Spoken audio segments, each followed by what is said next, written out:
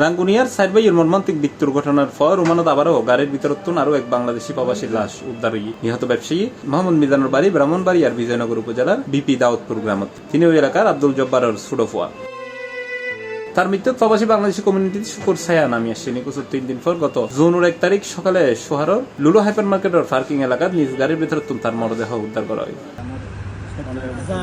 এই যে লাশটা নিজের হাতে গাড়ি থেকে নিয়ে বলেছে উনি মানে নিস্তব্ধ হয়ে গেছে। আনোয়ার ভাই একই আর বাপের মানুষ, একই রুমের মানুষ, সবসময় মিজানের আড্ডা ছিল, রাত্রে আসলে সবার সাথে। তো এটা একটা আমাদের মেসেজ সমাজের জন্য। আমরা রাষ্ট্রদূত মহোদয় এবং বাংলাদেশ সরকারের কাছে আমাদের লাশগুলো যেন ফ্রিতে এবং দ্রুত গতিতে দেশে যায়। মিজান ভাই তো আলহামদুলিল্লাহ বহুত ভালো মানুষ ছিলেন। উনি ওনার আমাদের সাথে এখানে আসতো, অনেক ভালো ব্যবহার করতো, অনেক সুন্দর ইয়া করতো, দোকানে ভালো চলতেছে। হ্যাঁ, অনুষ্ঠান কোনো অবজেকশন নেই,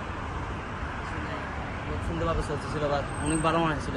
জানা গিয়ে ওমানত দীর্ঘদিন ধরে ব্যবসার সঙ্গে জড়িত আছেন মিজান। সোহার ও আশেপাশের এলাকায় তার মোট সার্গ ব্যবসা প্রতিষ্ঠান পরিচালিত হয়। তবে বিবাহিত জীবনের বিভিন্ন সময়ে সন্তান হারানোর বেদনাদায়ক অভিজ্ঞতা তার গভীরভাবে নাড়া দিয়ে বলি স্বজনরা জানাই। এছাড়াও ব্যবসা প্রত্যাশিতভাবে লাভ নুনে কিছুটা আর্থিক চাপের মধ্যে আসিল বলে জানা গিয়ে।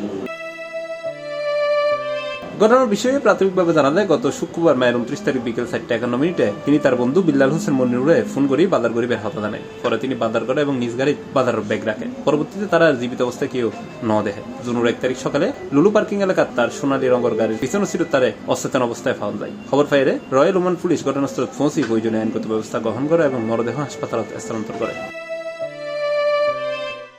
বর্তমানে মরদেহ মাসকাটের একখান সামরিক হাসপাতালত রাখা হয় বলে জানা গিয়ে। মৃত্যুর প্রকৃত কারণ সম্পর্কে এখনো সরকারি বা হাসপাতাল কর্তৃপক্ষের চূড়ান্ত প্রতিবেদন প্রকাশিত নয়। তবে সংশ্লিষ্ট কর্তৃপক্ষ তদন্ত ও মেডিকেল রিপোর্ট ফাইলের পর বিস্তারিত তথ্য জানান দেয়।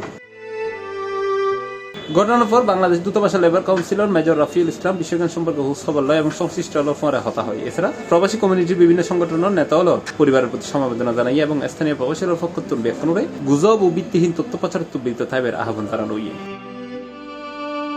C+ TV, Chittagong.